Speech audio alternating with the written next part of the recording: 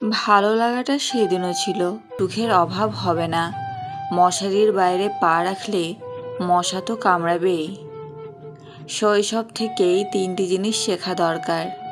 1. সর্বদাই খুশি থাকো, কোনো কারণ ছাড়াই। 2. সর্বদাই ব্যস্ত থাকো কোনো কাজ নিয়ে। আর 3. সর্বদাই শিখতে হবে কিভাবে ছোট ছোট জিনিসগুলো চেয়ে নেওয়া যায় কোনো ইগো ছাড়া। কারো ভালোবাসা, বিশ্বাস ও সম্মান নিয়ে কখনো খেলা করো না। কারণ কিছু কিছু মানুষের কাছে হয়তো এই ভালোবাসা, বিশ্বাস ও সম্মানটুকুই শেষ সম্পদ। কেউ যদি কোনো কারণে অতিরিক্ত কষ্ট পেতে থাকে, তাহলে পরবর্তীতে কষ্টগুলো আর কষ্ট মনে হয় না। কিছু মানুষ এত সুন্দর গুছিয়ে মিথ্যা কথা বলতে পারে, খুব জানতে ইচ্ছে করে এটা কি জন্মগত প্রতিভা, নাকি তার জন্য আলাদা কোনো কোর্স করতে হয়। ভালো মানুষের কদর নাই, সৎ মানুষের মূল্য নাই, সরল মানুষের রেহাই নাই, বিবেকবান মানুষের শান্তি নাই। মন্দ মানুষের কষ্ট নাই, অসৎ মানুষের বিবেক নাই, চরিত্রহীনের লজ্জা নাই, নির্লজ্জদের কিছুই নাই।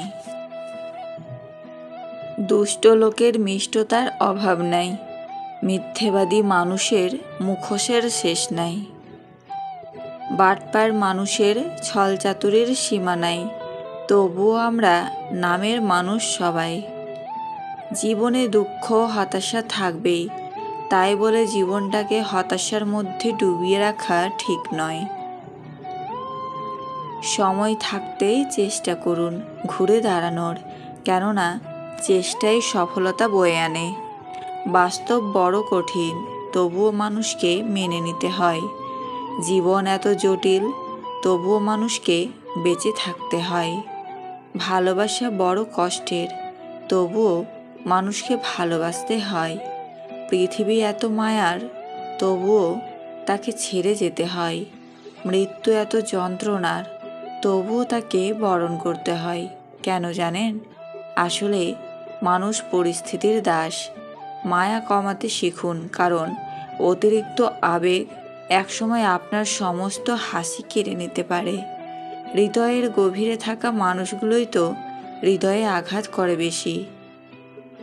তাদের কাছ থেকে সবসময় দূরে থাকুন, যারা আপনার দোষগুলো বলে বেড়ায় আর ভালো কাজগুলোর কথা ভুলে যায়।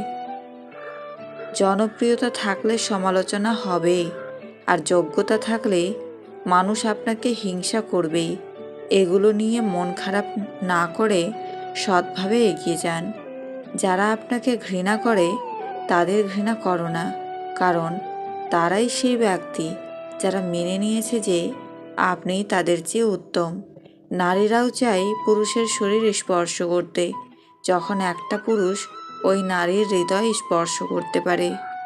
সত্য মিথ্যার মাপকাঠিতে জগৎ এখন ক্লান্ত। মিথ্যে দিয়ে জগৎ চলছে, সত্য এখন শান্ত। ভালোবাসা সেটা নয় যেটা তোমাকে আমার করে না, ভালোবাসা সেটাই যেটা তোমাকে অন্য কারোর হতে দেয় না।